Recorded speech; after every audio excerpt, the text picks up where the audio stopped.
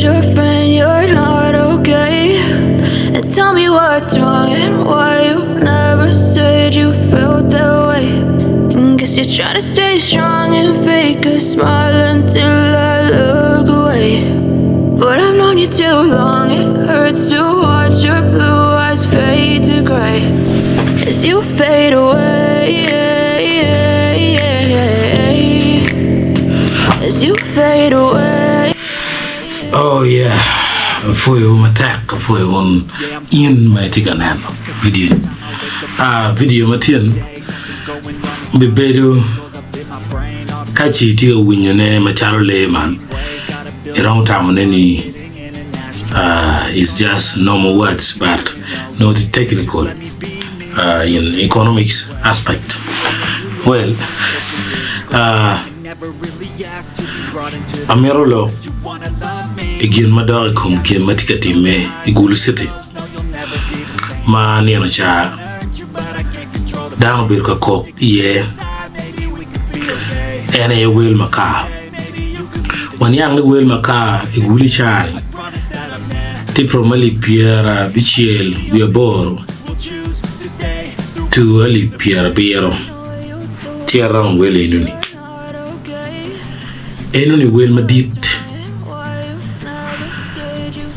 parts of a chuli mukane will be here malo John will mkai chuli berali piero to ali piero bi no don will madir mada ere cha ka mukana do no makati pierde we rio eno be na will madit of dear.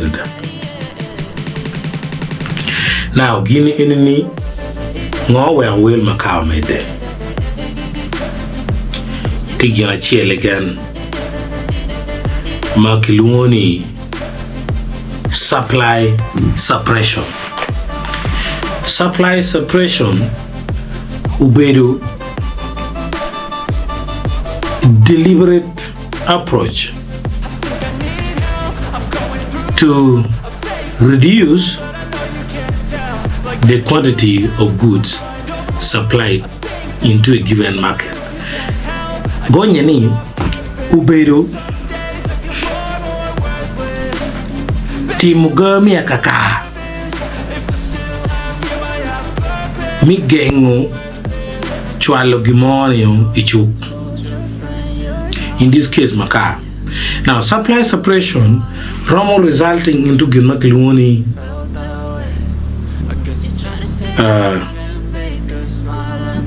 reduction in production, no backward effect to the people who are producing. That is geometry wang makani. Don't makar on the hopping. Now, where this thing is so concerning, our authorities are to be blamed. Guinea, Piani, activism berga kokni makar. Pekitong mapol. Kibera koke maka pekitong tiga balongom. Endo ke waini mo ne makitiyu ki pipili. Achiela rio, makitiyu ki lela. Achiela rio ni. Ki wek kumede kiberu tiye. Pian enuni miyo kare pi ya rejuvenate. Pelanya yato ni wagala bal environment, and it gives time for the central authority minano alternative methods. Child work well units me electricity for cooking, time okay renewable energy mo. It gives time and no put him affecting source of fuel meter gap. But now monji ke roma ma duo ya chuli gitia gengo transporting Macau. Down where a cockit gum, Gulu, Kade, Kamapolata. Ni kachi tiun ker Maca, chi eleganing a pipiri. Chi elegang otaka. Chi elegang a lara. Ben a full moon jury, Banyankole. Chow can I get Tiario Gimara chilk where Cherkatian? The question is, Ping on to get him. Piani Kimironi, I feeling later, Piani John to be a char, Joe Mati connected, Joe Mati Kikero, Joe Mati Gichiana, Joe Madwan Gikiwin. Kimit down Doko Chako, ni Macape. Chiwa, Uno Gerdon Maca, Wetton Macamed. Chidakiton line, Kitwella Kitachon. Now, Guinea don't cheer a true resulting on. Will don't ride chawan. Now, and I will write you. Tigana chill, Madon Tia Dime, Makaluni, hoarding and speculation.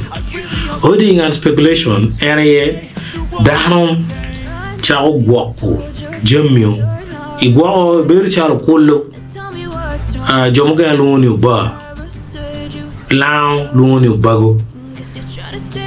But the most known actually language is Gulu. Gulu and lay my Euro Parani. The Berchal Kulu Euro Paramer now turn good.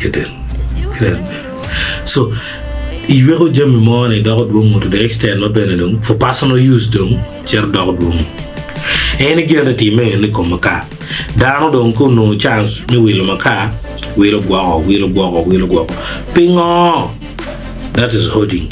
That is where the ping on is where the speculation comes in, because that speculating will Maka will be made there. They don't supply food around dog ping. PNE don't want it to be my festive season. Don't tell Donya. In Uganda can chake it be my pa no Ramadan festive season. PNE in the Bungwen ma Uganda no lot can. That is Independence Day, no doubt. So, towards the festive season, will Jimmy Wang Polichiero, Lamal, and Maka is part of it. Do you know any holding and speculation? Teherni Dano tea condition don't matter. Dano don't spend killing Malamal. Gina chill, Mapola Kara, Dano Pingani, made the will Gina chill will result into made the will Gum Canony. Just more about because it's a free economy. So, ka factor more it here, Machalo in suppressing supply. It should be corrected. Now, the authority office of Gulu Regional District Commissioner, they need to take a bold step to go to the ground within 1 day. Take 1 day, find out. Now, after finding out, implement a strategy. And the strategy is clear. Environment conservation ni tipi one way. Ngat muti umaka pirachiel pugario pugachiel kilela kimotoka achiel ario. That person umierepek yel. Instead dokatiga weko mere lo twela ni lo box buire ni megetiga karo. Not any pig yell. Ya dig actually come can look again manotia dirty why any tell why comgamenta. That is total nonsense. Any nonsense, but in Peron why any kana why any ginatia de Luera Chidutania and Degamenta. Degamenta ye creating propaganda comgamenta. This is not propaganda. Nagache.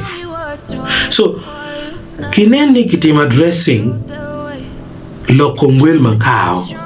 By watching moon, no, Mamir good team, and I am me, where Kuniga Cheraoni, Kokara Coindano. Then more Magatuni Buguluguni, Magachero carry you Kampala, ye one to a mirror, paper and a poor car, and talking to Tongaria, Gekunu. We're on an environment.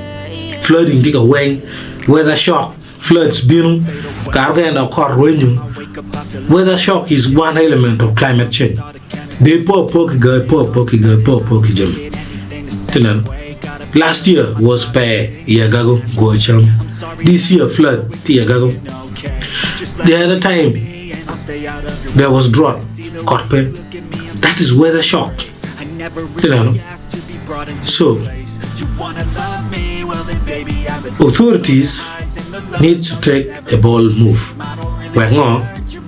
We're Guinea Kubed addressed. Pedok it walk down a game money.